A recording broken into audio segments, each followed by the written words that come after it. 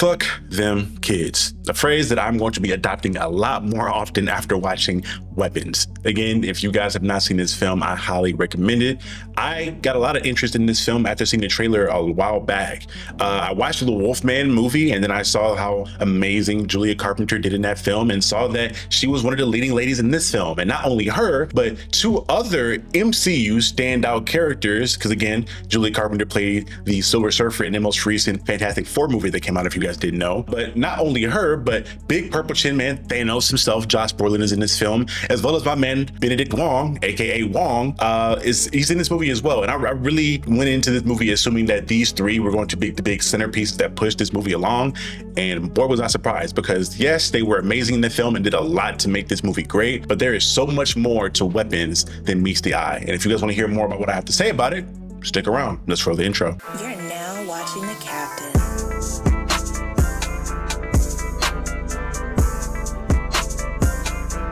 So getting into this movie, I do have to first commentate over how the trailer for it can be very misleading to what you see. And I think it's in a good way, because when I saw the trailer, one thing I loved about it was that it didn't give away the entire plot of the film. It gave us a general premise. It gave us maybe some scares here and there or some creepy moments, and then sent us on our way and said, hey, if you want to see more, come watch it. I think that's how trailers should be for the most part. Getting into this film, the trailer makes this movie seem like it's going to be this dark, sinister, gritty tale, maybe demon possession or a monster flick, I don't know, or a cult type of vibe. But when you watch the film, it's more of like a mystery type of movie. And not just a mystery type of movie, it does some really cool things that I don't see done too often. I see this film as like a mashup of something like It Follows combined with Pulp Fiction. And when I say it's a mashup of those two, I don't mean so narratively whatsoever, because these movies have nothing in common with those. But when I say it's a combination of those two, I'm looking at it from the technical standpoint. And again, for people watching this video, I do want to remind you guys that this first part, when I'm talking about this movie, will be in a non-spoiler fashion, and then the second half is going to be involving more spoilers. Getting back into the technical stuff of what makes this movie great, yes,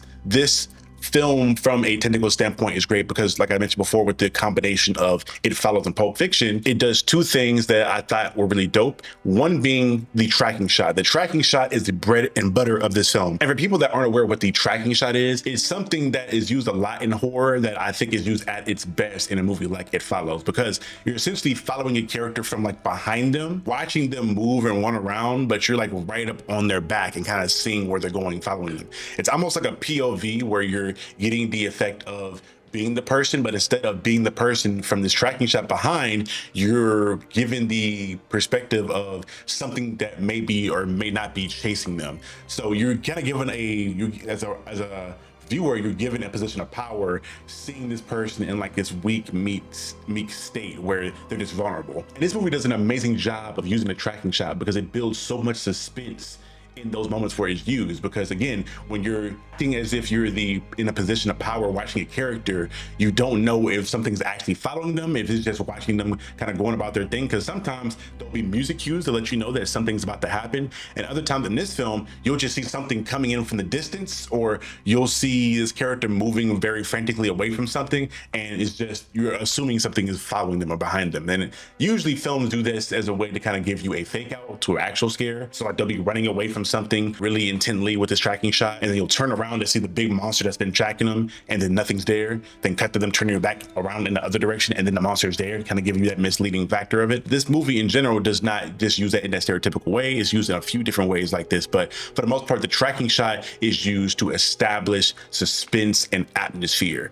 And honestly, it relies more on these tracking shots and like the ground level shots in a way to do this more so than you would assume a movie would use a thing like a music score. Because I feel like music in this film was kind of used kind of sparingly in regards to set the tone or set a mood. There's a lot of scenes where it was either dirt quiet or there's like a light piano or maybe like a light hint of music that I would hear. But for the most part, there wasn't any loud horns or loud brams going on to kind of force a scare out of the audience. All the scares in this film felt really earned because it was a build up to that scare, or it was again, misleading build up to a misleading scare, like I mentioned before with the tracking shot. So again, I enjoyed it from that technical standpoint. Again, it was shot very well. The tracking shots were done exceedingly well. The next thing that I want to get into was the whole aspect of what I mentioned with Pulp Fiction, where telling a story out of order is used to really fill in a narrative. It's something that can be very convoluted and something I didn't necessarily think I loved in Pulp Fiction when I saw that movie for the first time.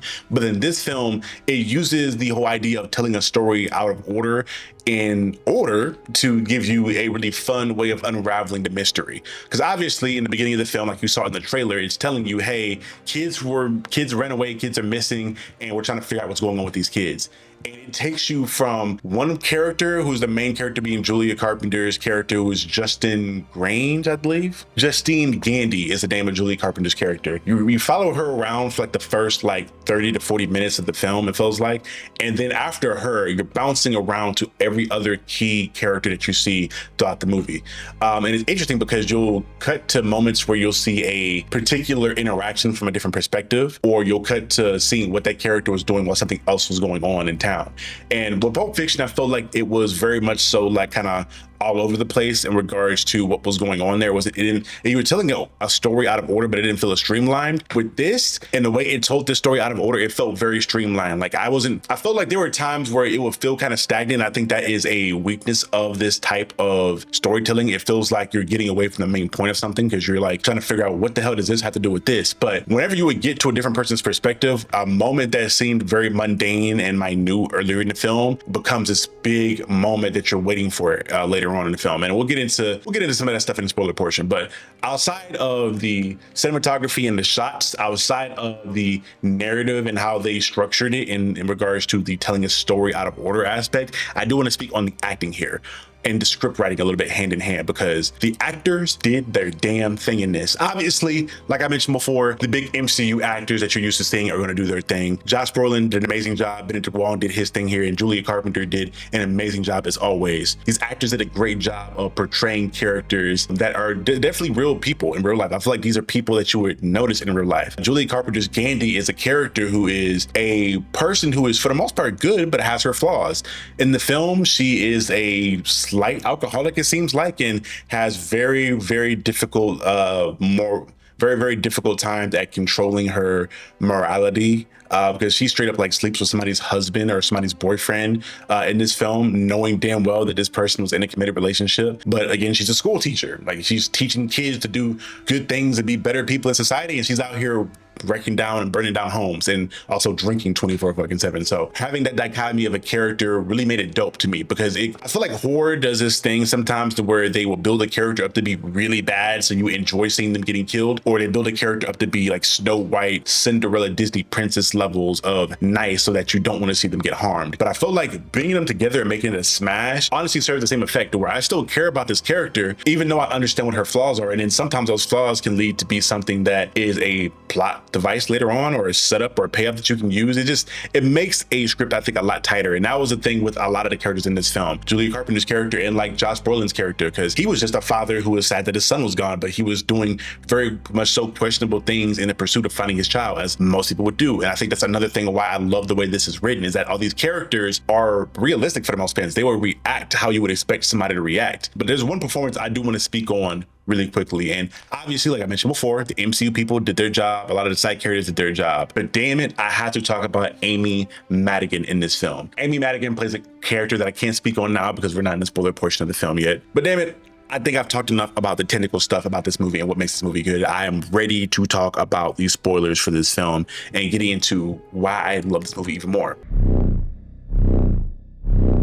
Like I mentioned before, this is a tale told out of order, and the tale is simply just mostly what you saw in the trailer. It's not a simple concept. There are a bunch of kids who at 2:17 in the morning get up out of their beds, walk out their front doors, and run off into the dark, never be seen from again. All except one kid in the classroom. And obviously, all the kids in this one class leave the teacher looking like a main culprit, because how do all 17, or at least 17 minus, or at least 18 minus one kid leave in the middle of the night randomly, but no other classes in the school will have any issues with missing kids? I'd probably think the teacher was up to something as well, because what else would be going on? Who else is there to influence these children like that outside of a teacher who is with them 8 hours out of the day? So with the kids gone, things get hot. Parents are mad. The FBI gets involved. Things are going on. Blah blah blah blah. As you would kind of think this is going to be the main plot we follow down, where we're constantly seeing the FBI, we're constantly seeing police investigation, and this is kind of where the misleading nature of the trailer comes into effect. Because again, if you were were watching the trailer, you would assume this is what's going to happen. We're going to just follow the tale of the missing kids the entire way through and not deviate from that path. This movie takes a lot of time to establish characters and set up moments. And I think this is the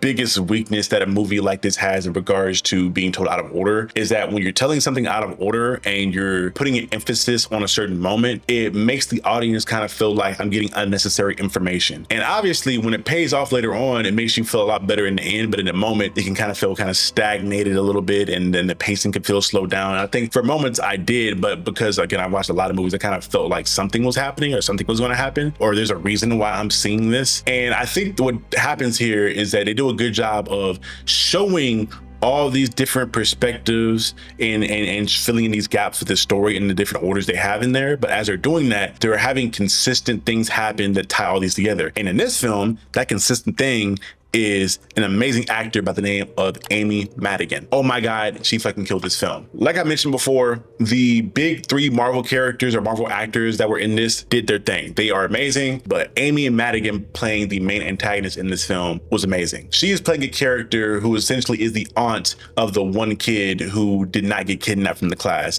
And for most of the movie, we see what's happening around the movie, where she is essentially coming into town and using some form of witchcraft that is evolved around this like small bonsai tree almost looking thing, or like a small tree, where she's using blood magic to control the children and other people that she comes in contact around town, and uses them like weapons, title card, and uses them around town in her own manner. And it feels like she's very sick and has some form of cancer possibly, and it feels like she's using these kids to kind of siphon their energy off to keep her living a little bit longer. So that's the general gist of the film for the most part. But as we're getting around this side plot of this woman coming around and using blood magic on these kids, we are getting to see how she is setting up the entire situation, but from everybody else's perspective before we get to her. And as we're going through everybody else's perspectives, she's popping up in different moments, in jump scares or in literal moments that are meant to be really creepy, where you're just seeing this character who is very bright and vivid. Because I think most of the movie, in regards to the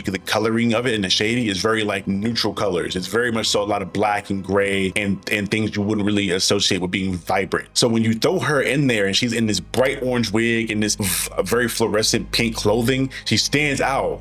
And sometimes it stands out in a way that is very alarming, because it doesn't feel, it feels like it's out of place, and she's just like intruding on the movie, or especially intruding on the scene, which is it's meant to feel that way. And it's done in a great way, because you see her in every person's perspective up until you get to hers, or until the final one being Alex's, where you're seeing her story. And it's great because you're seeing this freaky character and you're just like, what's going on with her? So she's finally introduced, you know something's up, because we've been seeing her around through the entire film doing these really weird things. And we get to her and she's finally established, she gets to show off her acting chops. Amy Madigan does not disappoint. The writer and director for this, Zach Krieger, does an amazing job writing this.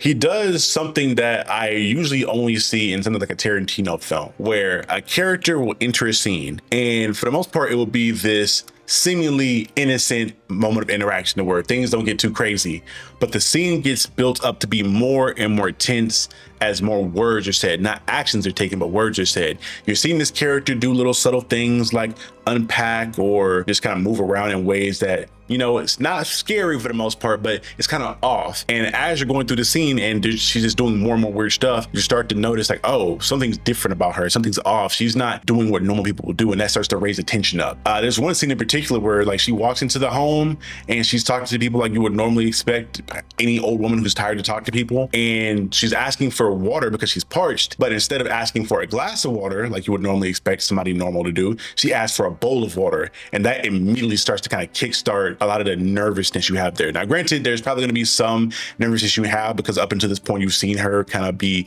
put in different scenes throughout the movie. But in this moment in particular, for somebody, if you were to just have somebody watch this scene from the outside looking in, the moment she asked for that glass, that bowl of water, shit gets weird, and then you start to see things divulge into this like really big, brutal, violent scene. Again, like a Tarantino movie like Pulp Fiction. So that's kind of where I'm again, I'm a big Tarantino fan, and I promise I won't compare every movie to his work, but those are a lot of the trends that I start to see in a lot of the way this was written. And it's a good thing for me. That's me giving props to Zach Krieger, because that level of writing is very difficult to do. And I think he did that very well in those scenes. And a lot of his screenplay was very, very tight in regards to no word felt wasted at all in this film. There weren't any moments in time where a character was speaking to somebody else, or a character was saying something, and that word or those sequence of words they said did not feel intentional in progressing this plot along, or telling you something about the movie, the plot, or the character themselves to characterize them a little bit more.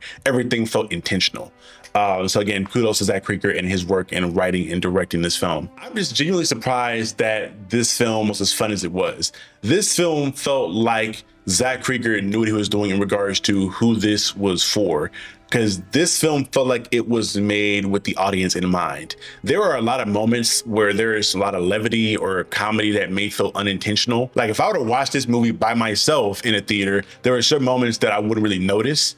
But watching this in a theater full of people who are anticipating it, and you know, I am in Atlanta, so most of my audience is Black, it was fun as fuck to watch this movie with that crowd, because there are certain sort of moments where you would think you would hear like the stereotypical "don't go in there" or "pick that weapon up" that you would see in a movie, but a lot more of this shit was just intentional moments or like comedic timing that the writer or the actors would kind of put in there to give people room to laugh. It felt like there was a lot of those moments where it was either giving you room to laugh or room to react to the crazy thing going on, and that timing was very crucial, and something that I'm very curious if it was done purposefully, because it seemed like it was like perfect timing. Like something would happen and they would like pause for a second before the next little sequence of events, just to give the audience time to react to it and give us like a good couple seconds before everybody kind of calmed down and then proceeded to watch the following sequence that they were seeing. And when I talk about this movie being more fun and comedic than you would think, like the final sequence of this film is legit the old woman, Amy Madigan's character, being chased around the entire neighborhood by a group of bloodthirsty kids. And they are just like hauling ass after her. Like literally there are moments where like she runs to a house to try to get away from these kids, and they are like they're like Ray Rice running through windows, running through walls, like fucking super Olympic athletes. The final like little sequence of the film is like, there's a tracking shot, again going back to the tracking shot, behind this little girl, and you're just watching her like legit full speed like cornerback run through this house and jump through windows and jump through walls and shit to get to her, and she finally just tackles this woman. Like I'm convinced these kids had to have some form of like NFL training, because Jesus Christ, I'd be surprised if none of these motherfuckers get drafted in like the next 15 to fucking however old these kids were till they get to 18. These niggas were crazy athletes. And I doubt you can find a stunt double that small that looks like a child to do that. So I feel like the children did a lot of their own stunts in a lot of this shit. If they didn't, I'd be so surprised. Maybe it's CGI, I don't know. But it looked really funny to see this small little girl just booking it in like a professional fucking athlete after this old woman. And this sequence was very funny. Like you're legit seeing her run through a backyard screaming, and a fucking swarm of kids screaming after her behind it. So it was funny. This film had a lot more of a lighter tone scattered throughout than I originally thought there would be. Because even getting away from like some of the comedy bits and getting away from the final scene, going to the music, like I said, there wasn't a lot of music or sound effects or sound design centered around scares for the most part, but there's a lot of music that was used, like maybe it was meant to be kind of a dichotomy there, because I couldn't hear too many of the lyrics for a lot of the music, but a lot of the music felt upbeat and felt like happy and hopeful in a lot of the parts of the film, which is kind of weird to me, because again, I'm expecting this to be a pure horror movie. This thing felt like it was marketed as this big super horror film that's going to be scarier than something like Sinister. But when you watch it, it's like, all right, I'm having fun with this. And this is definitely one of those movies that you should have fun with. I would highly recommend you go see it. You take your family to go see it, or your best friend if you're all into horror, you want to have a good time watching a horror movie, go watch Weapons was way more fun than I thought. Now, is it beating any of the super big top horrors of the year? I think obviously like Sinners is at the top of that mark. Obviously, is like the best horror movie to come out this year.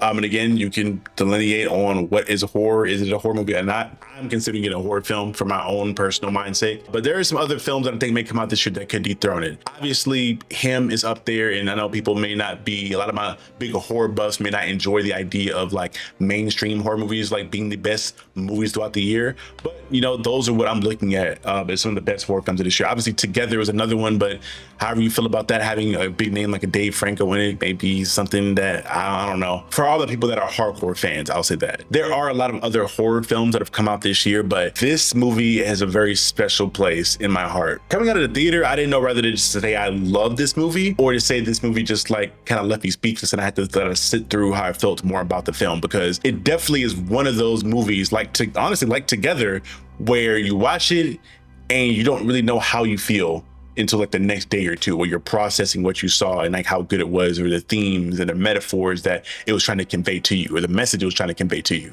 But all in all, again, I would probably rate this movie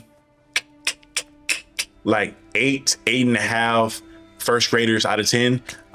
Again, great movie. I would highly recommend everybody go see the film. I definitely want to see it a second time, maybe when it's either in streaming, or if I have friends that, you know, suck up some energy to go see it, because I do feel like this is definitely a film for people that are interested in some horror movies but don't really like the full-on dark, scary, like horror nature of something like a Paranormal Activity or like The Conjuring or something like that. Like you want to see something scary, but you don't want it to be like scary the whole time. I think Weapons for you. It's pretty creepy, but it's enough comedy, enough fun piece there for you to enjoy. So again, y'all let me know in the comment section below. Did you see this movie? Did you enjoy this movie? Was this video a inspiring motivator for you to go see this movie? Again, I really enjoyed Weapons. Y'all go check it out. And yeah, y'all, that's all I pretty much have to say about Weapons.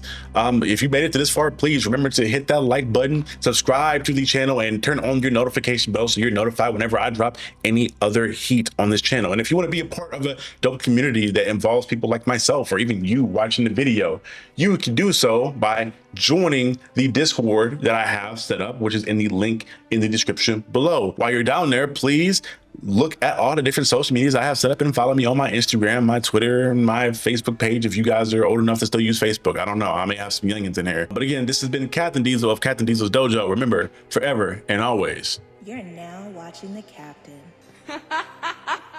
and I'll see you guys next time. Peace, and fuck them kids.